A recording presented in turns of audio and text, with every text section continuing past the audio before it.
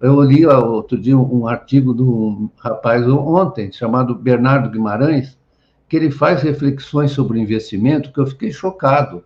Como é que pode ser tão assim? Ele fala assim: o investimento só existe por causa da poupança.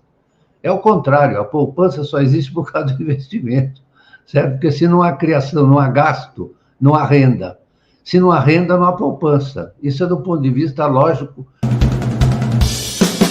Então, e aí eles trazem já no início essa questão de que como há um pensamento acrítico dessa economia política e que aí a gente vê nos meios de comunicação liberais aí sempre o mesmo discurso e sempre uma economia que parece desconectada com a vida real do povo brasileiro, das pessoas, do dia a dia. E aí eu queria perguntar para o professor como chegamos a isso e por que a gente vê aí essa disputa de pessoas já saindo, economistas, já saindo da faculdade, já indo para sendo cooptados aí por Faria Limers, por esse Deus mercado. Como chegamos a isso? Porque é o papel da mídia?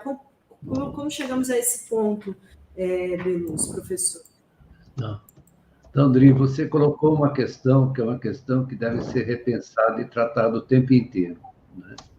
Como é que a economia foi adquirindo esse perfil, que, na verdade, simplesmente na sua pretensão de se transformar numa ciência, a semelhança da física, ela nem é semelhante à física contemporânea, né?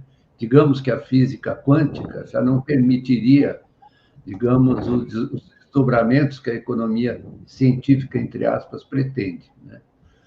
Isso aí, eu estava participando de um grupo chamado Mangaba, que deu meu amigo Zé Márcio, que tinha lá um participante que pegava os artigos de jornal dos economistas convencionais e falava que os artigos eram rigorosos. Não, os artigos eram dogmáticos, não eram nada de rigorosos, né?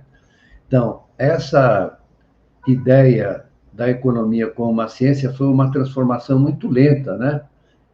O Adam Smith não pode ser incluído, nem o Adam Smith, talvez o Ricardo um pouco, mas também muito pouco, Davi Ricardo, né?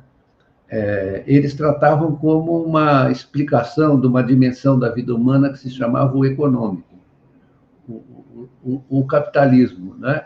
Isso nasce do iluminismo, né? Que é uma ruptura com as visões, digamos, religiosas e dogmáticas. E o processo de evolução do capitalismo se transformando cada vez mais, à medida que, como disse o Renato Rovai, economia política, né? Eles chamavam de economia política, tanto Adam Smith quanto o Ricardo, quanto os primeiros economistas. Aí o grande problema, né, que surge, digamos, no âmbito intelectual e do debate político-econômico é o fato de ter surgido a crítica da economia política, né?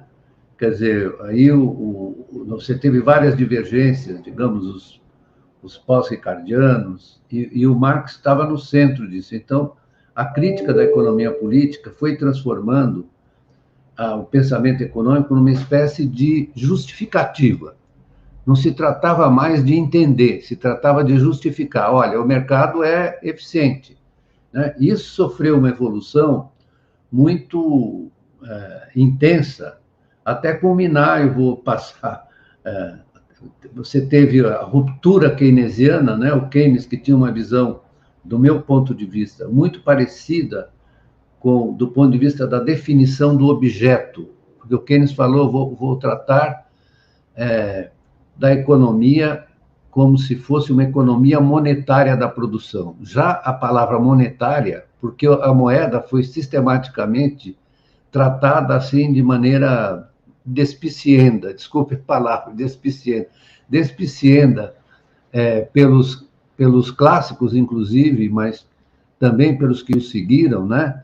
Que tentaram fazer uma economia rigorosa, como é o caso dos marginalistas, né? Desde os Givens, etc., Walras, que fez um modelo de equilíbrio geral que não tinha dinheiro, que não precisava do dinheiro. Por quê? Se você estava falando de uma economia que tendia a ser para equilíbrio, você vai precisar de dinheiro. As trocas são realizadas de acordo com seus valores, sem nenhum problema. Não tem dinheiro. Não, é uma coisa inacreditável. Agora, por exemplo, está surgindo um grupo muito grande de economistas que está olhando para isso e falando, não dá.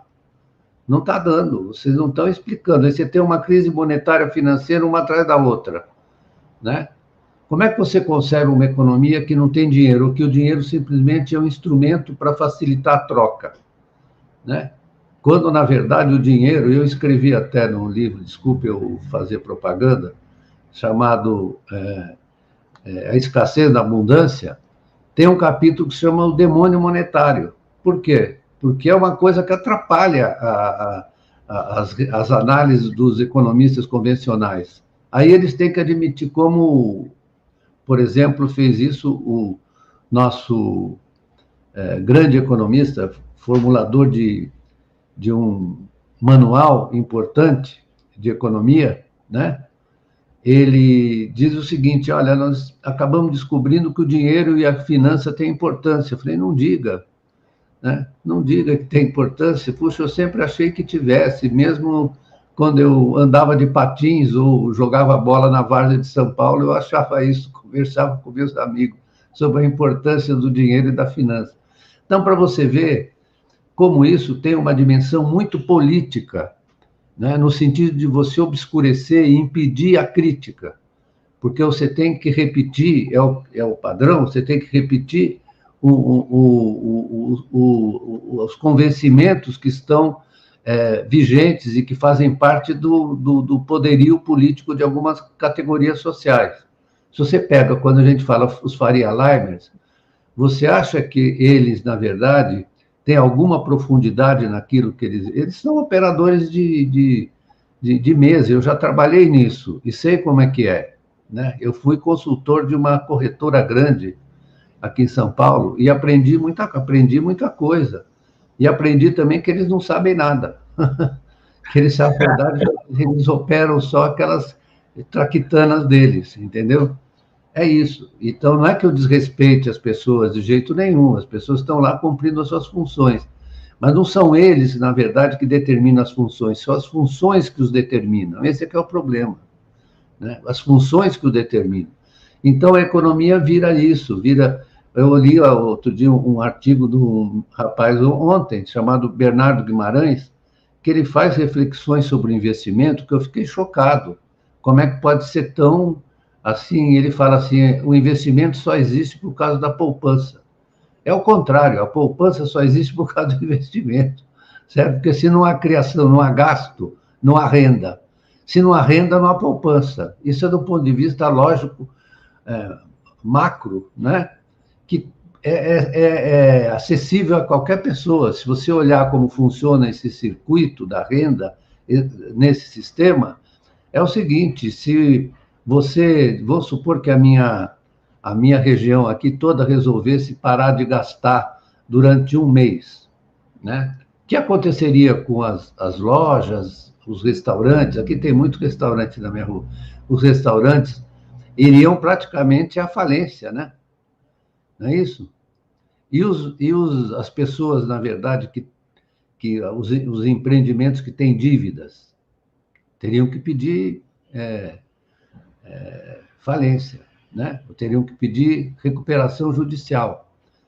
Então, e além disso, se esses empreendimentos eles também falecem, não gastam, o que vai acontecer com seus fornecedores? O que vai acontecer com seus fornecedores? Também não vão receber, não vão ter renda. E se esses fornecedores não têm renda, os fornecedores dos fornecedores também não vão ter renda, né? Só que tem uma coisa, tem algumas pré-condições. O gasto de investimento, por exemplo, ele é feito por quem já tem um ativo produtivo, né? Ele tem um ativo produtivo, ele, na verdade, esse ativo tem um valor monetário, né? Que é dado pelo funcionamento da economia e pela participação dele, e ele, então, tem acesso ao crédito, não é isso? Ele tem acesso ao crédito. Porque sem o crédito, já explicou um outro sujeito chamado Schumpeter, né? Sem o crédito, você não investe. porque aqui não existe essa coisa de você ter a poupança antes do investimento. Então, o crédito é fundamental, é constitutivo dessa economia. Mas eles não ligam, não tem isso. Então, na verdade, vem ele com a poupança, né? Isso já é, digamos, uma teimosia estranha, né? Porque você precisa da poupança, por isso que eu disse que é justificativa. Você não examina como esse sistema funciona, você simplesmente quer reafirmar as ideias, olha, se você não poupar, não vai ter investimento. Ao contrário, se você não tem investimento, você não consegue poupar, porque a renda não se forma. É isso.